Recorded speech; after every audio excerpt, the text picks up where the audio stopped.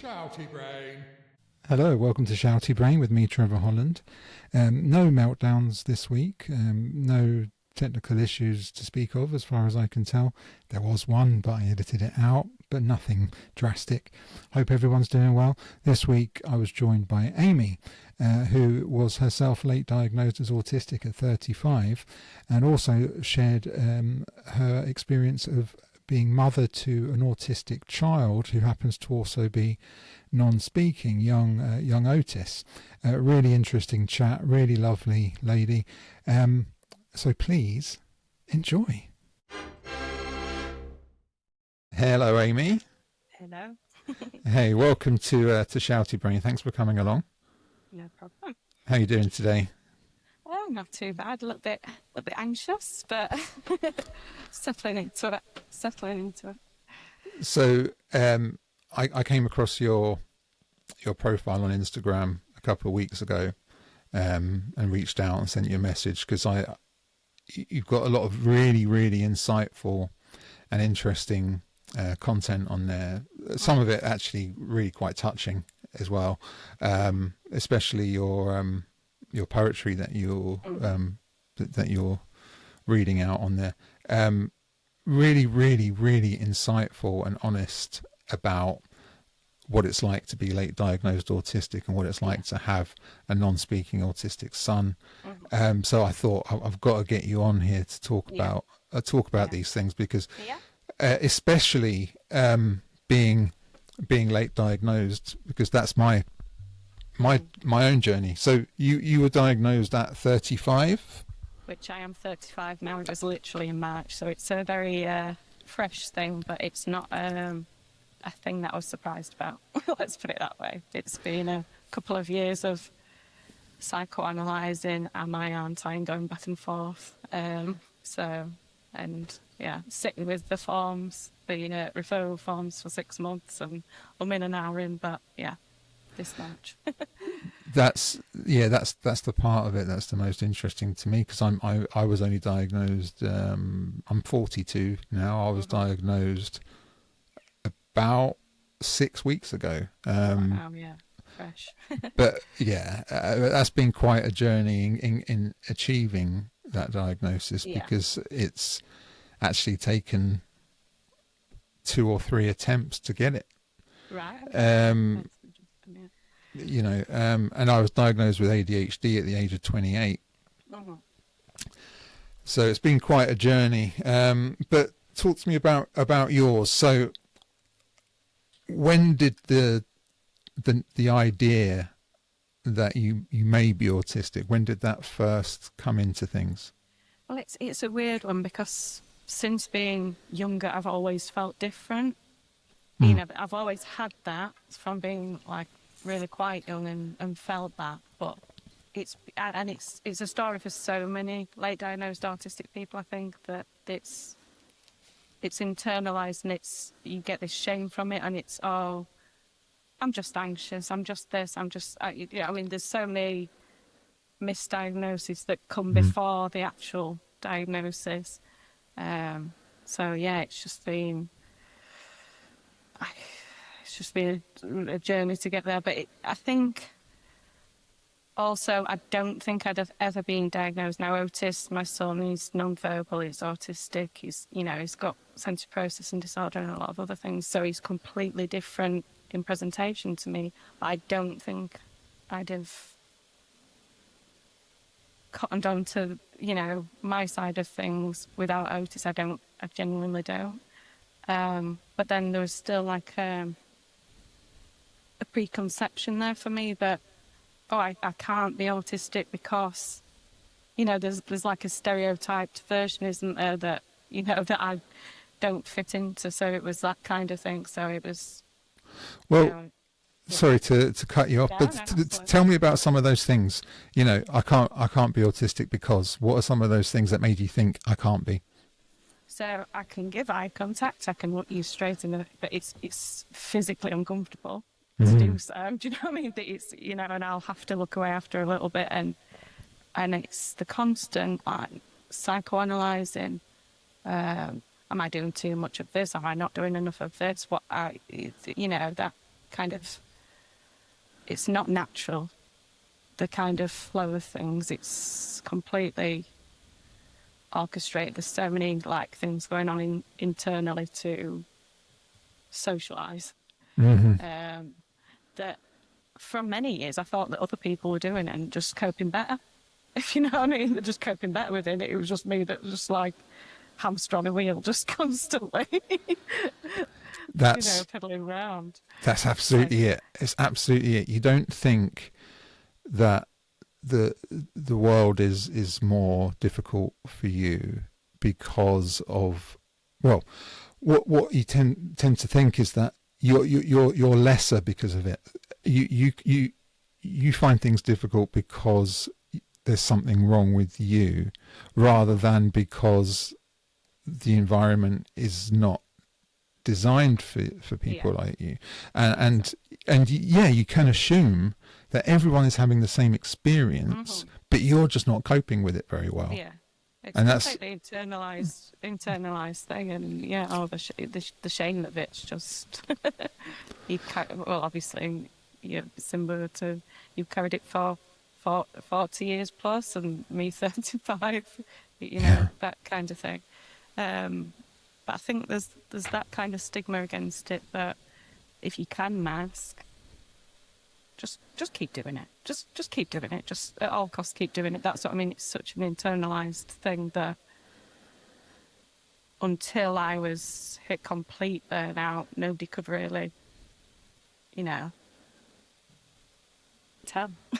It's when you realise that the cost of masking is actually too high, and once you realise that, and you draw a line in the sand, and you're like, well, actually, how long can I sustain it? And I've sustained it for so long, but at the expense of my happiness, my well-being. Yeah.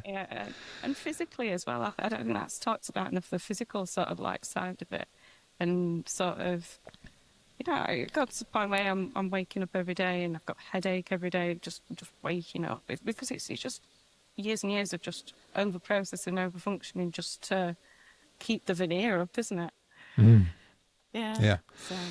So when you had your assessment and you were given your diagnosis, what was the feeling? How did you feel when you were given that?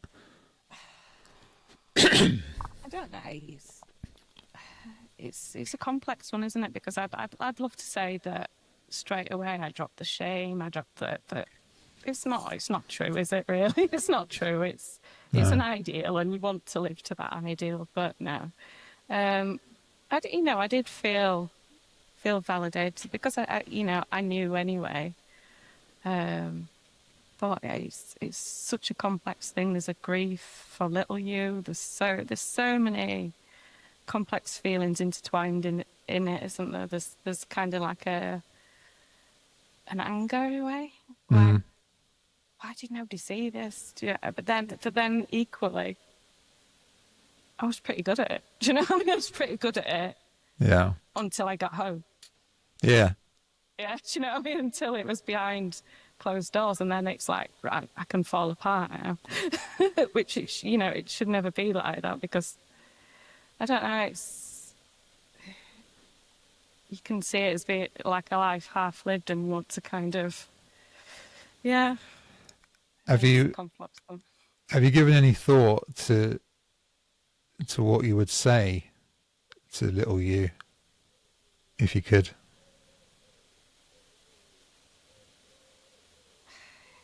It's tough. That's a poem in the making, isn't it?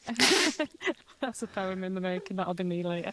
No, I've done sort of similar things before,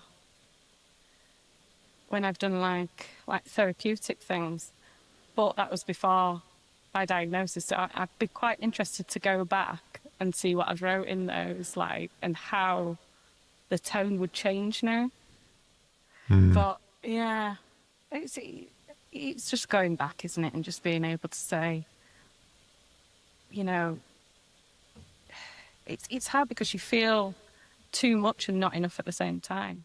So I just want to go back and say, listen, you're not too dramatic. You're not oversensitive. You know,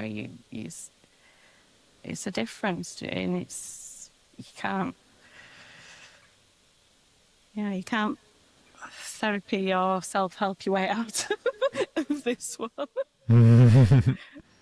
But Yeah. I think it's healing in a way, because obviously I've got my own children now, and through Otis and things like that, I can sort of be that safe person for Otis, and I can live that out through Otis, and make sure that his experience is completely different to mine. So that's the healing part in and of itself, really. Yeah, that's a good point. I think I've given it some thought, and I've mentioned it on another episode recently, but I think a lot of it for me is similar to what you were saying about not realizing that everyone else wasn't finding things as difficult as you. So much of it came with a sense of self-loathing. Absolutely, yeah. Because I didn't feel good enough, and I knew that I was smart. I knew that I was one of the smartest people in the room, but that in itself is a challenge as well. Because if I'm so smart, why can't I do this stuff then? That's exactly how I felt. Exactly.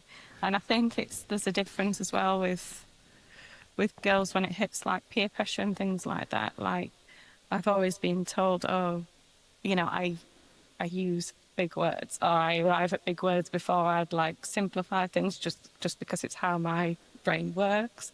And people picked up on that. So that became part of the mass sort of like changing how you word things, which is when you do something so naturally. That was, yeah, peer pressure is a lot to answer for as well. I've felt so ashamed of myself at times, because I've been known to be quite verbose on occasion. You know, I'll throw long words, and I'm not trying to impress anyone when I do it, but at the same time, yeah. but I will so often forego them, because I want, what's more important to me is being crystal clear with everybody all the time. So Yeah, I will, and I don't want to. I don't want to sound like a dick when I say it, but I've so many times dumbed myself down just to have a conversation, because I think, well, this is the only way this person's not as a judgmental thing, but no, exactly I want to match their cadence and their vocabulary. Yeah. And so I'll use words and terminology that I think they will be more comfortable with. And I'm like, well, why am I doing that? That's not how I speak. Yeah. You know? And that's what I mean. You're self-editing. The self-editing in real time is so exhausting, especially if you're in a conversation with like a group of people and you're thinking, right, this person speaks like this, but then, there's a slight difference here, and I'm going to have to account for that, and it just, dear me. Just imagine being the person who can be in a group conversation and not change the way they speak when you're speaking to each person individually. Imagine not having to process all of that. Imagine just being and chatting. Yeah. Like, that's the thing that people do. Yeah, and also I've got a tendency to like over-explain things. Yeah. Over-explain things, but it's so weird because I'll over-explain things, and I think, oh, I've done really well with that. I said that really clearly, and then it comes back to me. It's like, I don't get what you mean. I'm like, I have no more words for you. You're right. I've no more words. I've used. I think I've said stuff like that to people. I don't know how else to say this. Yeah. I've used. I don't know how to make it any more simple. Do you want me to draw you a diagram? What the fuck? Yeah. Yeah, and I think that comes from our need for things to be crystal clear, right? So we are so conscious of the fact that whenever anyone, and I'm including you in this, but it might not be your case, but when someone instructs me, I just want black and white, crystal clear Yeah. instructions, and I want you to tell not just a step by step, but I also need the context of why I'm being asked to do it. So important. Yeah. The why What is so what important. is the point of it? What's the purpose of it? And what is the hope in terms of what you want to achieve from it? And because of that, I do the same thing to everyone else, because I think it's only fair. I wish that people would explain things to me the way I'm explaining them to you now. Yeah. But yeah, you're right. Sometimes you think this is, you can give yourself a little pat on the back. I nailed this explanation. No. And then they're like, sorry, what? And I'm like, for Christ's sake.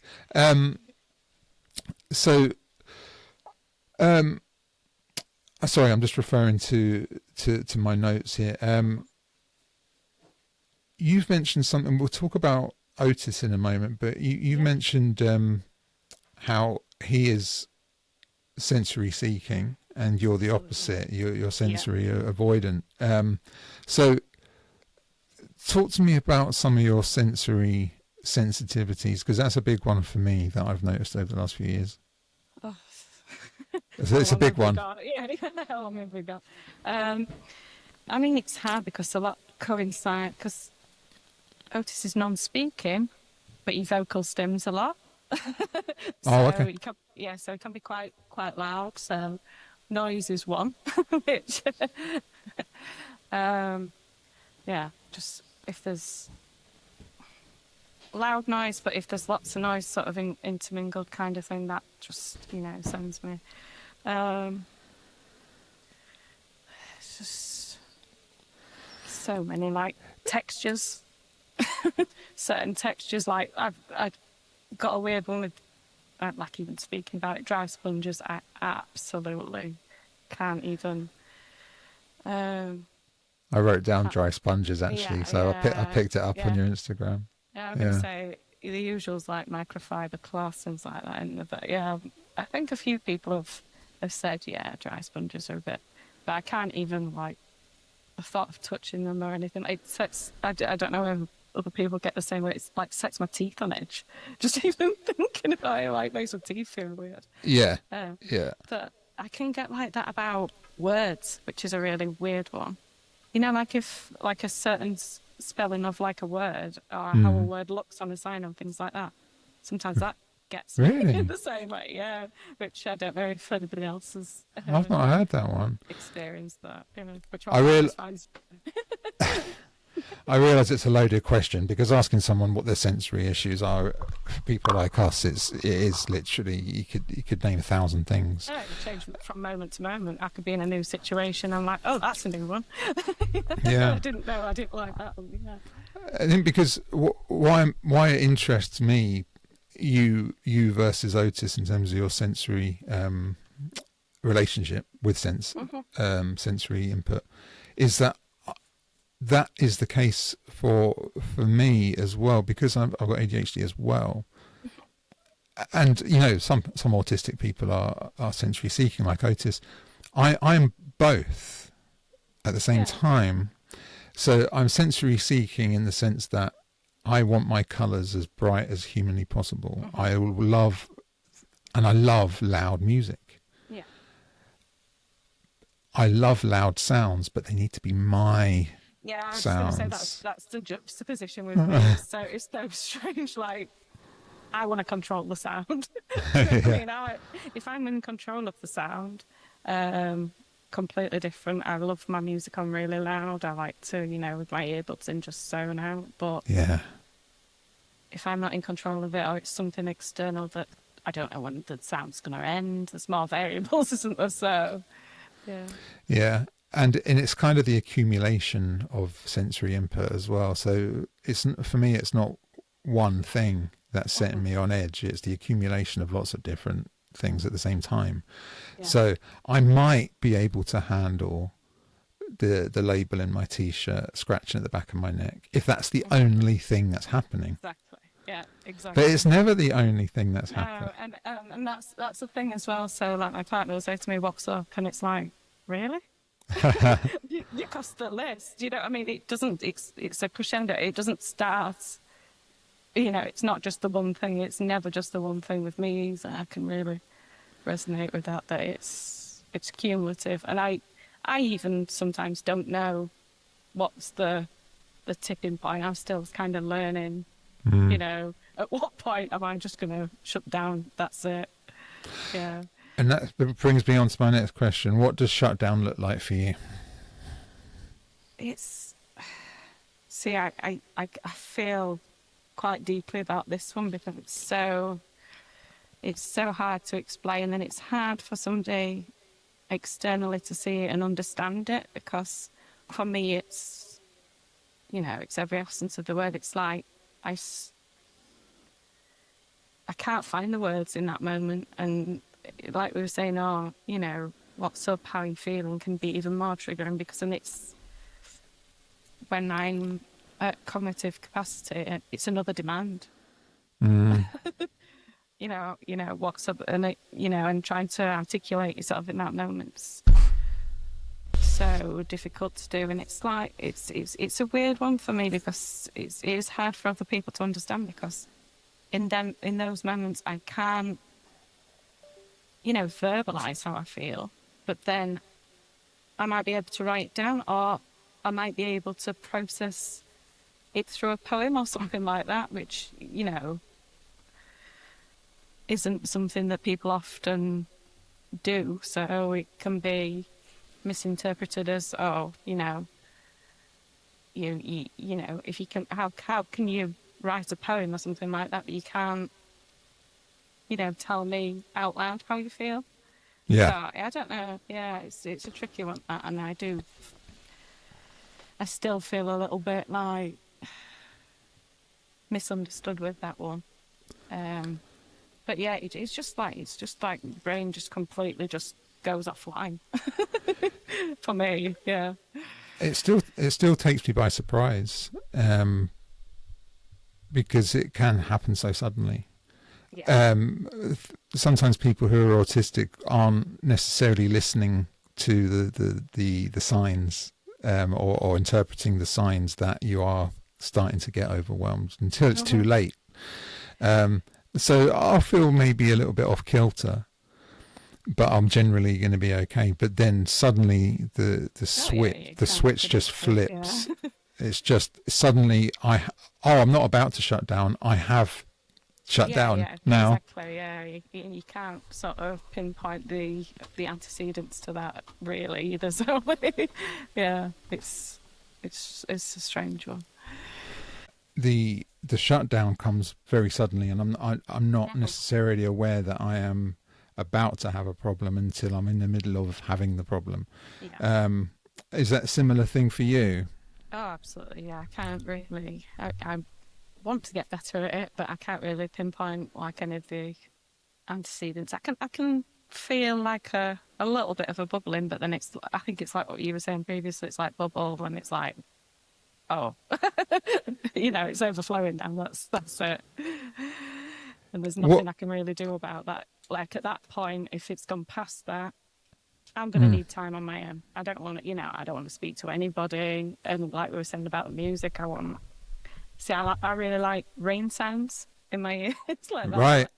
That just zones me out. So I'll just, it's like a complete, because I just need my eyes closed. I need no other input but the rain sounds. I need to be just laid down and, don't bother me. I need to get me back to me in that at that point. It's a positive thing for me that's come from the diagnosis is that level of understanding, or at least the context that you get when you're experiencing something. You've got a better idea of why you're experiencing it. And so I'll be like, oh, that's my battery empty now. Mm-hmm.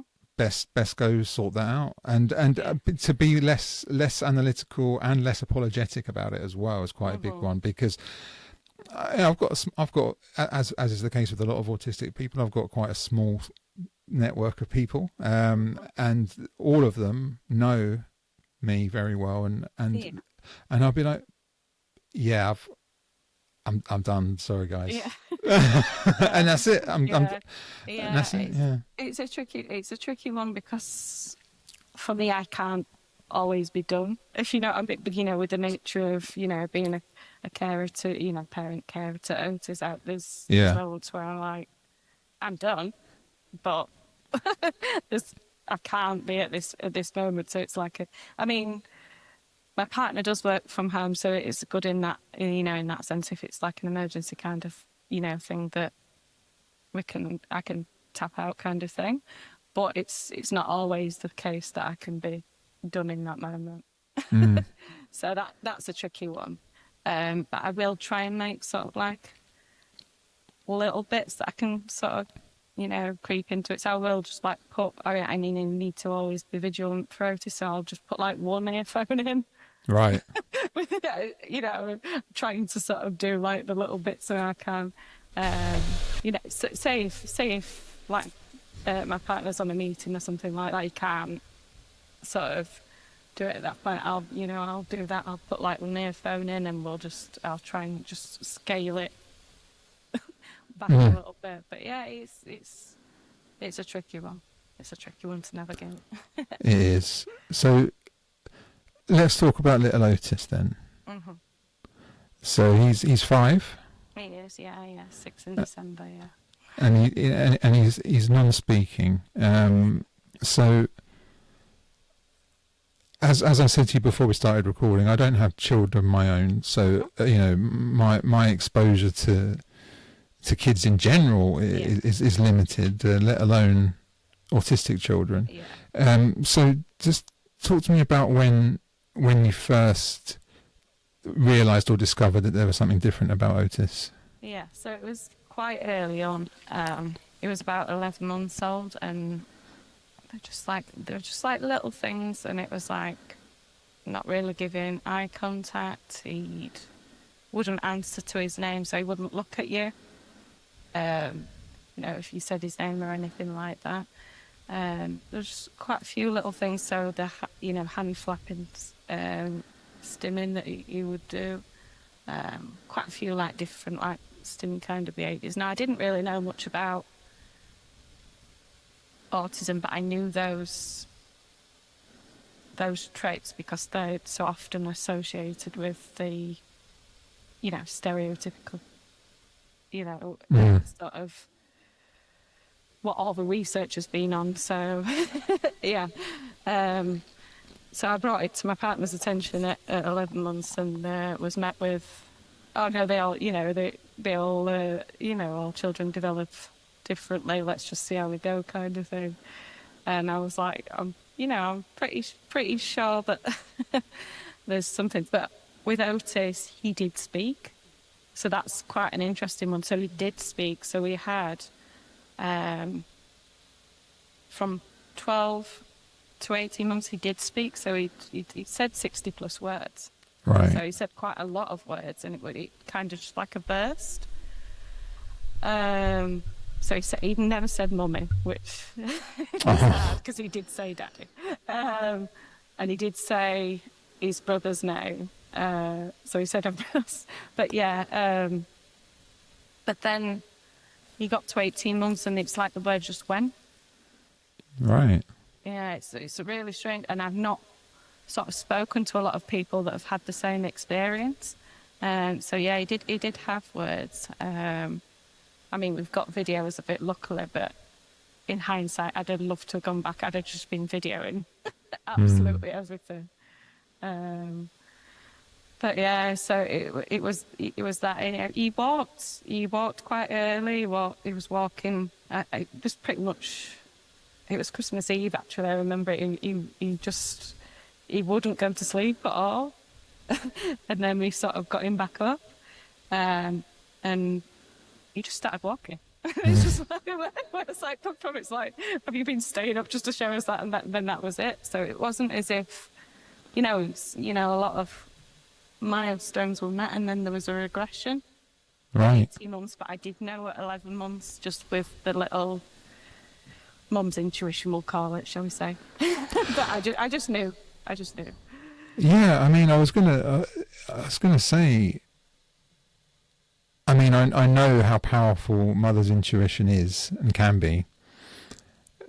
I wonder though, and you may have wondered this as well, how much of it was mother's intuition and how much of it was your own radar for it. Yeah, my pattern recognition's pretty good. Right. A lot of things. So yeah, in hindsight, it's most probably that. Yeah. So when he was diagnosed, and you said at that point in your life you had a somewhat limited understanding of what autism was all about. He was diagnosed quite early. He was diagnosed at 3. I mean, I was pushing as soon as I sort of got an indicator, but I was made to wait until he was 2, and then we did like a developmental tracker kind of thing. That's what, with the autism, that's what sort of got it to that point. But he was diagnosed fairly early, but it's very obvious with Otis that he's not got the ability to mask or anything like that. He just is. He's just pure. Yeah. Once you guys were then equipped with that knowledge of his diagnosis, what then changed, if anything? Everything and nothing all at once, really, because it's a similar scenario with me. We already knew, but so he got diagnosed with that. He has got sensory processing disorder as well, and he has got severe learning difficulties. So obviously that factors into it and things like that. Our approach with things is completely different, and it's just you just adapt. You don't even. It's just one of those things that you don't really realise how different life has become. Right.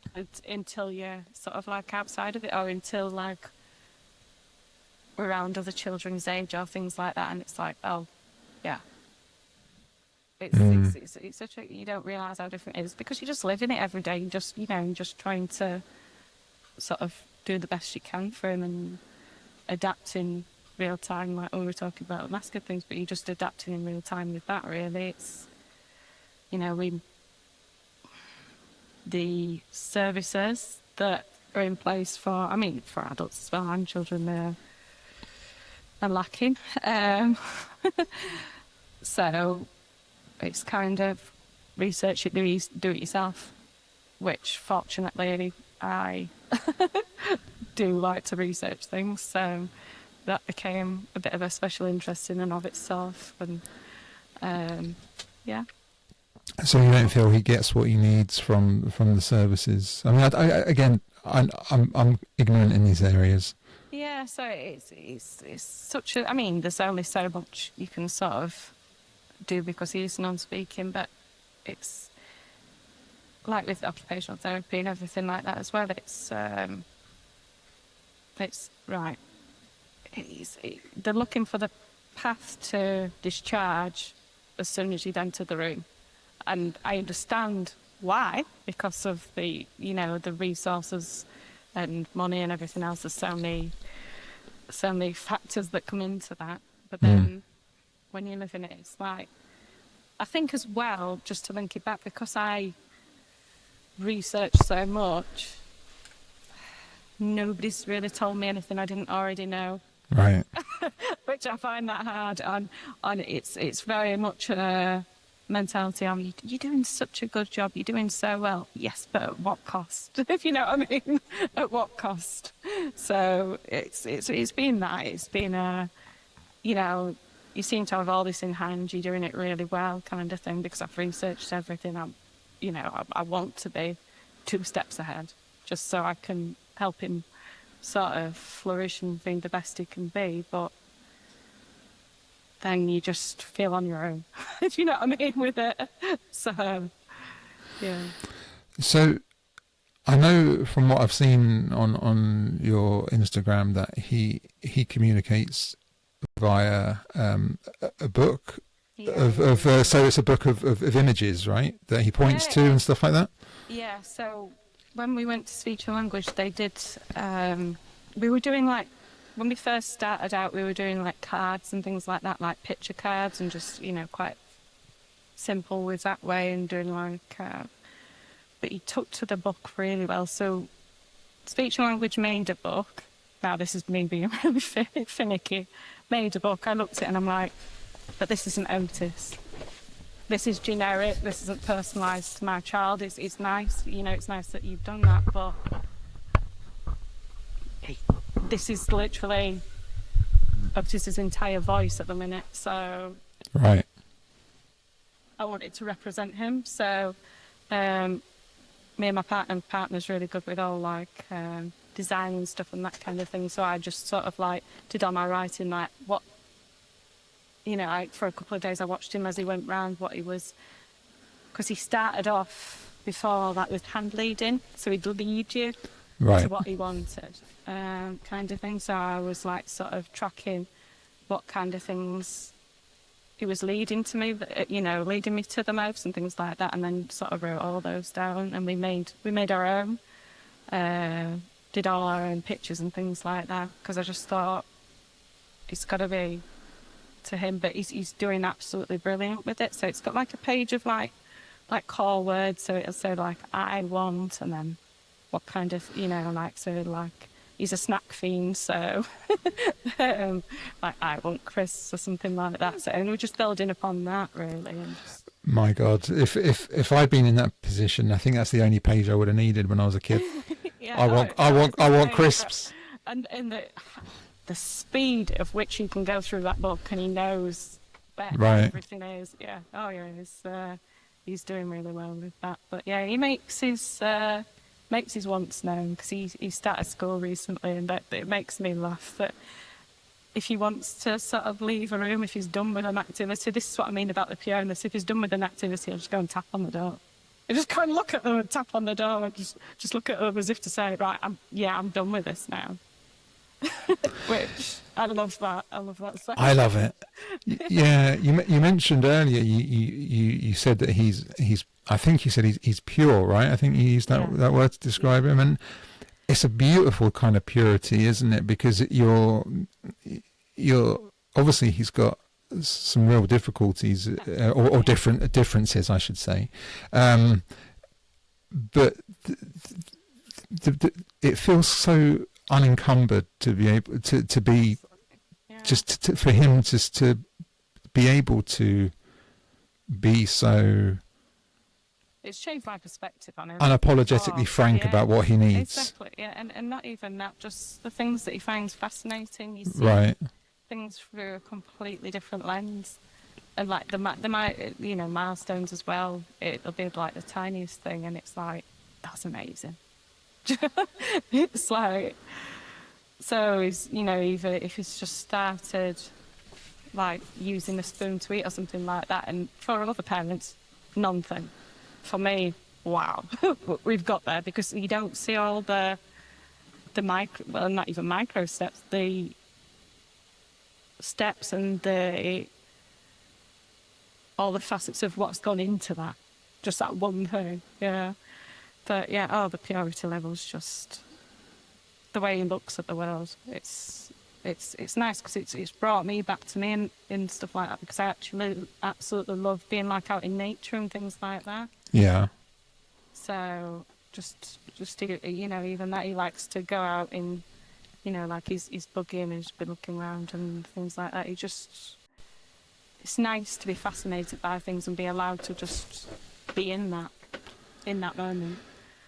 It sounds as though Otis is teaching you about the world in a way, and or about. Would you say that you're learning more about yourself from him? Yeah, and there's a lot that can be gleaned from that, because I just think, just to be able to be in the moment, like he's in the moment all the time, or I've never been really, because I'm in my own head. I'm not there. But this kind of, you know, being with him, you have to be in the moment and of the moment constantly. So yeah, it has changed a lot of how I do things. To be able to love the things you love without any form of inhibition or embarrassment about it, just to be you and to love the things you love dislike the things you dislike, be fascinated by the things that fascinate you, and do it in such, as say to say the word again, in such a pure way, is beautiful. Yeah, there's a lot that can be learned from that, isn't there? Just Yeah. I think it is that, and I think it's like when we're younger, you know, much younger, we are unencumbered, and we just be, and we just do. Whereas it's like you just had that taken out of you over years and years of masking. Do you know what I mean? Or trying to be fit to the room and be the person that the person next to you wants to be, instead of sort of, yeah. So it's that really. How's his verbal comprehension? So, are you able? Does he understand quite well when you speak to him, or are there other challenges there as well? There have been. So obviously, he was seen by an educational psychologist before he started school. So there was he has got spelling difficulties and things like that. So his comprehension level is below. But the last couple of months, the understanding level that I'm noticing is just, it's brilliant. Before we were kind of like thinking, like, how do we say this a little bit differently, or simplifying sentences and things like that, just to align with where we thought it was at and things like that. But we're speaking in, fluid sentences like I'm speaking to you now, and he's understanding. So it has come on a lot, the past couple of months that I've noticed. So, and I think that's a big stigma as well, that non-speaking doesn't mean non-understanding, because I do feel like a lot of people like speak over or be talking to the adult that's with the child or something like that, and he's a little boy. He does understand. He does know what you're saying. He might not always attend to it because because of that purity level. He might think, I'm focused on this at the minute. It's not worth my time. But I think it's always assuming that competence and that he can understand, or at least, don't speak over him, speak to him, kind of thing. Yeah, that's something that I learned. Which is an important one. When I spent some time working for a social enterprise that was led by members of the deaf community, and it's a very different set of circumstances. But what I was seeing was how important it is to address people directly, and sometimes you don't think about it. And I'm super aware of that and conscious of that now. Speak to the person. Don't speak to their interpreter. Speak to the person you're speaking to, and don't say things like, "Oh, tell him that blah blah blah." It's just speak to the person. The interpreter's there to do their thing. Yeah, and it's one of that. It's include before actually, try to include. And if he isn't responding, that's absolutely fine. Speak to me, and I can decode every single face that he does, or every single nuance of his behaviour. But start there. Do you know what I mean? Start with the inclusion is a big thing for me. Absolutely, yeah. Don't make assumptions, I guess. Yeah. If there was, it might be difficult to pick one, but if there's one thing you wish people would understand when it comes to your son, have you given that thought? If there's one thing that you just wish people would be more cognizant of, would it be what you just said, or is there and communication isn't always speech. It doesn't have to be speech. There's so many ways to communicate, and communication comes through connection. It comes through connection. Do you know what I mean? It's like what we're saying. It's just, don't try to bring him into your world all the time. Try and meet him in his, if you know what I mean. Yeah. Yeah, I think that's a big one. That's great. And so we said earlier, Otis has got an older sibling, you said. Yeah. Yeah. So how's their relationship? Well, my eldest is just turned 13, so we're getting into hard-man territory and rugby team. But Right. he is brilliant with him. He does he knows how to be with him, and he'll, Otis loves being tickled, so I'll be tickling him, and he helps him with his communication, but which is nice. So if his communications book's not close, he'll be scrambling to try and find it. It's like, oh, Otis needs this. So it's like what we're saying. The whole sort of family adapts in that respect. So he will, he has become attuned to sort of Otis's needs and things like that. But they do communicate without words, which is what I was just saying about its connection. So we've got a trampoline outside. They'll go and bounce on the trampoline together and things like that. It doesn't need, it doesn't need to be words to be felt. So yeah.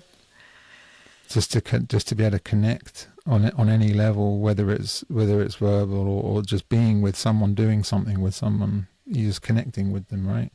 Yeah. Yeah. And it's strange for me because I've always been very words orientated, so it is a big shift for me because I've always been, let's just talk, let's tell me how you feel and things like that. But then it's a completely different world. I don't need to be told now because I can just see Otis's face, and I'm like, right, it's the level to which you become attuned to every single nuance and everything. It's just insane. He did something this morning, like he had his drinks bottle, and instead of pushing it away, which is such a instead of going like that with it, he tapped it. That means he wants a drink. If he went like that, it doesn't matter. So it's so minute, some of the things. And even, like, we've been playing outside before, something like that, and he just looked at me, I'm like, you want a drink, don't you? It's like, how do I even know that? How do I even know? He's just looked at me in a certain way. So but yeah. That's amazing. That's great. Yeah. And, that can be... that can be a misconception about autistic adults or into autistic people in general. Yeah. It's not necessarily a miscomprehension. It is something that exists. It's the slight differences in terms of how we interpret social cues and things like that. I mean, it's one of the cliche ones, really, isn't it? Yeah. It's the one that people would say first when you ask someone about being autistic. They'll say, "Oh yeah, the people who don't understand body language." Like, well, it's a bit more to it than that. I myself haven't felt at any point, and this was probably one of the reasons why it took me so long to get the diagnosis. I've never really had that experience of not being able to, or finding it more difficult to interpret people's intentions or work out by the cadence of their voice or their body language what they're feeling. Yeah. And but I think that because I'm because of my observation, the way I've absorbed it. That's the thing. I feel like for me, and I don't know whether it's for you as well, it's you're over processing this, so you're taking in too much, and it's like, what do I attend to? Yeah. That's what it is for me. What do I attend to it in this moment? Because there's that, and it's like, it's overwhelming in itself because I'm just like constantly like, what's the important thing in this moment? What do I need to attend to in this moment? Just trying to hone in on that. Yeah. So yeah, it feels like a bit of a contradiction, but I feel that I'm more likely to pick up on those nuanced things about someone than a neurotypical person would be. Yeah. I'm always the guy who will notice a very small change in somebody. Mm-hmm. I'm not going to be that the old stereotype about men never noticing when a woman's had their hair done, for example. I've never once been that person. I'd be like, oh, you got new hair, it looks great. Yeah. It's because I know exactly what you looked like yesterday, to the minutest detail. Yeah, that's what I mean. And that I'm the same with things like that. Or I'll see somebody like once or twice, and I'm like, I know somebody's like name from like 8 years ago. I'm like, how do people not still know? I don't get that. You'll see them again, and they're like, they're like, they don't know you, and I'm like, I know your face because I've seen it. I pick up on things like that, and then that can be deemed as a little bit weird, but it can. It is what it is. It is what it is. When I know something, it's in them. I've got a real problem with names. Real problem. I can never remember somebody's name. That's the one bit of information that I'll never absorb about them. If it wasn't for the fact that your name is on the screen in front of me, I wouldn't know it. Yeah. But contrary to that, my memory for faces is unreal. I'd probably say that's the big kind of odd ability that some people with autism have got. One ability that's right out there, like, wow, they can do this thing really, really well. For me, it's my memory for faces. It's just I do some voluntary help with research at the University of Greenwich as a super recognizer. Honestly, and just to be called a super anything is great. But it's mad, and this has been the case since I was a kid. So this is before the days of IMDb. You'd be watching a movie with your family, and you'd see someone, and I say your parents, but my parents would be like, "Oh, I've seen that person in something," and I'd be like, "Oh yeah, they were in." And I'll know it. I just say, "Oh, I saw them in that. I saw them in that, and saw them in that," and it's always, I'll never forget a face. If I've seen it, sometimes it takes me a while to work out where I know them from, but I will know straight away. If I walk past someone in the street and then walk past the same person 15 years later, I'll be like, I know you. I won't say it to them, obviously. But it might take me a while to think about it. I'd be like, where do I know? And it'll drive me mad until I get it. And then think, oh yeah, I walked past them on Union Street in 2006. Other people don't do that. Yeah, no, that's what I've said things like that. I'm like, oh yeah, I recognise this actor from, like a childhood photo, and then they're older or something like that, and I'm like, that's that person. I'm like, how do you even know? They look completely different. I'm like, I know. Yeah, but because I'm absolutely obsessed with people's faces. I don't know what, and that sounds creepy. I know it does, but when I wouldn't call myself an artist now, but I've gone through fits and starts of being an artist, and I used to love, and occasionally still do, drawing portraits and stuff like that, because I just love faces. I love everything about them, and I love the way that they communicate non-verbally a lot of the time, and just there's so much of a story that's told in someone's face, even by not necessarily even their eyes, but just the contours and wrinkles that people develop as time goes on, and the life that they've lived. You can see their whole life is being told by their face. I'm absolutely obsessed with faces, and I think a lot of that is part of my need to understand people and observe them. So it's just I'm fascinated by people and how they operate, because I don't feel like a person sometimes, and I feel like I want to learn as much as I can about this odd species. I mean, I have a degree in psychology for that. Right. And studied, my degree was in forensic psychology, but we did sort of facets of everything, abnormal and clinical, cognitive, and, bits of everything.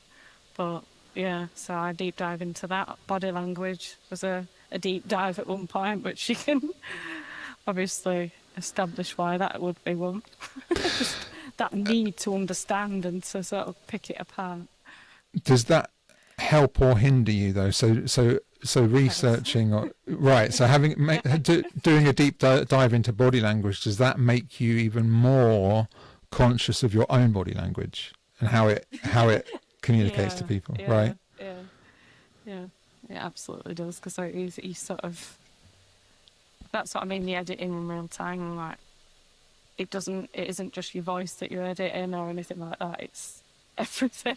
It's a bit like puppetry at some point, but yeah, and it's hard as well when you're picking up like the nuances in somebody's body language and they're saying one thing, but that's not what they mean, and that's hard, because you're like, how do I handle this? Because am I going to have to sort of like be fake back? What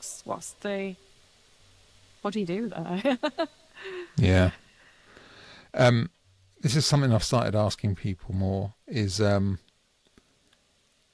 of the things you've mentioned a few times in your Instagram content is around unmasking and the kind of very complex journey of peeling away the layers that comes with that, and that kind of odd feeling when you realize or learn that you're autistic and that you've been masking your whole life, is what can often come with that. Is something of an identity crisis, and trying to work out who you actually are at your core. What are you? Who are you? Because so much of your life has been performative. I'm going through a bit of a process of asking myself the question: what actually am I? What is my actual personality? What is my actual natural cadence in speaking? What if I wasn't ever interacting with another human being ever again, what would my voice sound like? Because I'm not, if I never had to mirror anybody ever again, what would my real voice sound like? Even to that level of detail. At this point, I know it's only been a few months for you, who are you? Do you know who you are? No, because it's so hard, because I still know who I am when I'm with people, and I think that you've tapped into a really important thing there. Who am I on, at my core, on my own, and it's so hard, isn't it? Because you just feel so lost in that moment, and like trying to claw back to a version. I feel like I'm trying to find a version, but I don't think that's what I need to be doing, really. So the answer is, at the moment, you still don't, right? Yeah, no, and that's being honest. That's being honest, because what is unmasking, really? It's such a tricky thing to even say, and can you fully unmask? Because how do you know when you have? It's a concept, isn't it, rather than an objective thing that you can reach, I think. Because you could argue that masking is modifying your personality in order to assimilate, but you could also argue that masking is part of your personality. Right, so it does have a place, I think. Right. So taking your mask off doesn't necessarily mean being your true self, because sometimes your true self is someone who masks. And so you're asking yourself so many questions about what actually makes you tick, and there's no easy answer. And I'm not sure I'm ever going to know the answer to that. And I think part of it is making peace with that, I guess. Right. This is it. This is my point. I think part of the journey is actually just reconciling that reality that you are a social sponge. But is there an absolute self anyway, really? Do you know what I mean? You can... We're allowed to change. We're allowed to, adapt and be somebody different, and so situations demand that, and you can demand that of yourself, or you can like something, and then 2 months later, I don't like that. But that's a freedom that we should have anyway. So it's it's tricky. Yeah, I think I'm never going to know, but I think if I'm honest with myself, I think I do kind of know what I am. What I am is someone who is never going to know who they are. That's a bit, especially for somebody who sort of like analyzes everything in that much detail. You know there can be no absolute because you've run every scenario in your head already, and it's like there can't be an absolute unless like, there just isn't. It's like it's who do you want to be? Because Right. It's you know, it's living against your own core values, not somebody else's. And I think I can find and know my own core values at the crux of things, but still not know fully who I am. So yeah. But what you can know is what's important to you. You know, Yeah, that's what I'm trying, yeah. Exactly right. You know what's your purpose? What what gets you up in the morning? What drives you? Yeah. What motivates you? Yeah. Wow. So It's got me there. We've got into quite a philosophical conversation there, but yeah. Yeah. But it's a constant thing. I suppose I go through periods where I'm not talking very much. Sometimes it's because I've shut down, and other times it's because I'm just so wrapped up in this narrative that I'm going through in my head.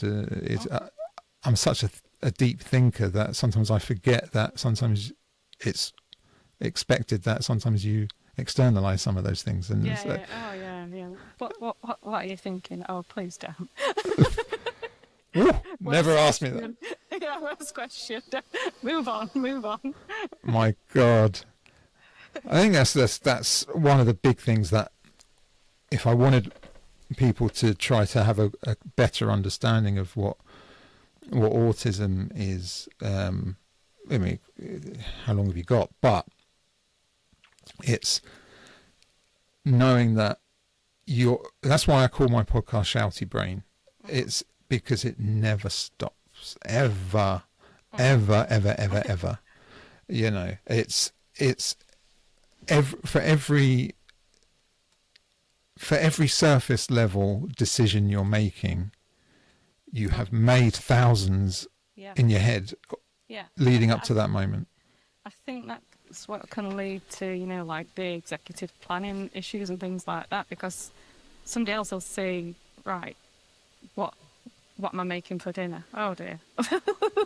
there's so many other things, there's so many other things in that. I'll just doing like a simple cleaning task. So I'm like, right, but I've got to do this, I've got to do that. But then I'll see another thing that I could be. So it's like what we were saying before. It's what do I need to attend to? Because there's so many micro things in my head. Yeah. And it's working out the order of that's the big one. the order of things, and it's however innocuous it might be. Even like I'm walking through my flat and I've got an objective, but I've also got a couple of other sub objectives within that, and I'm working out the most efficient route through my flat and the order to do those things that makes the most sense.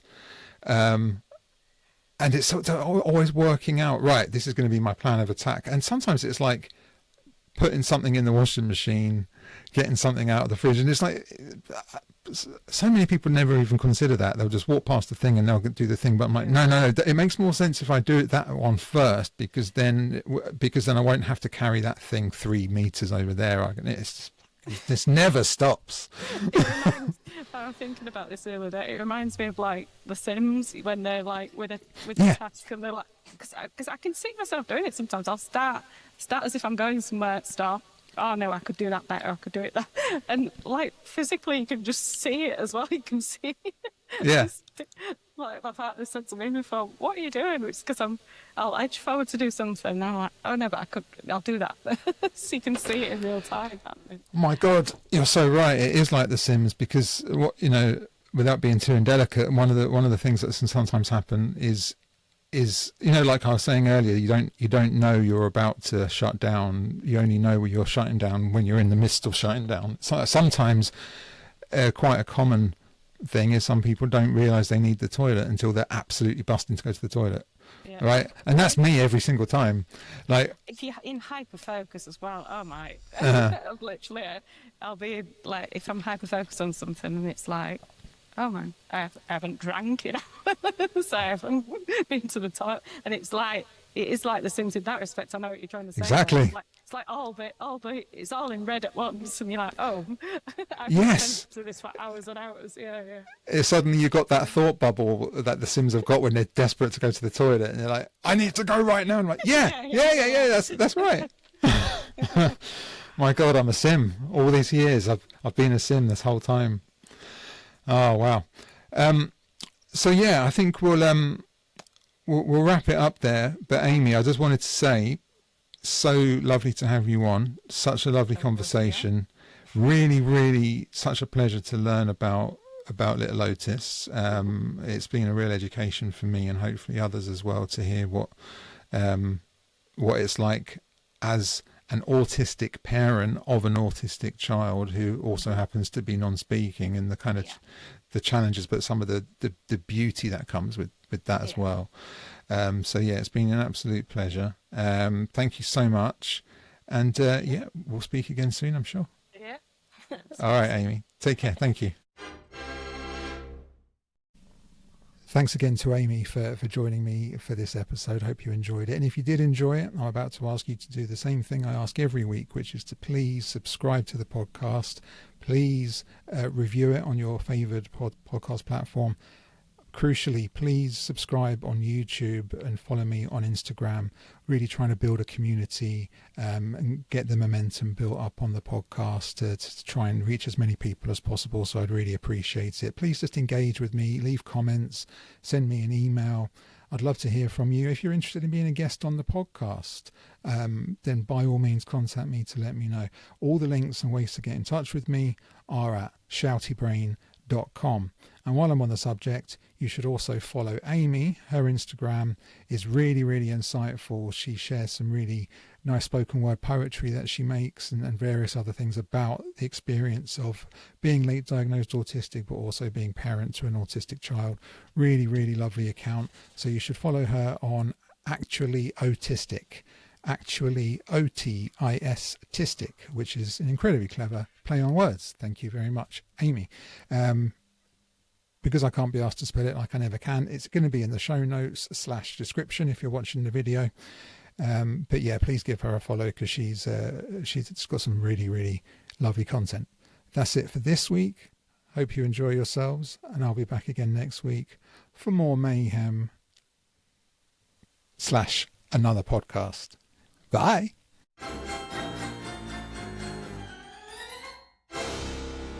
Shouty Brain.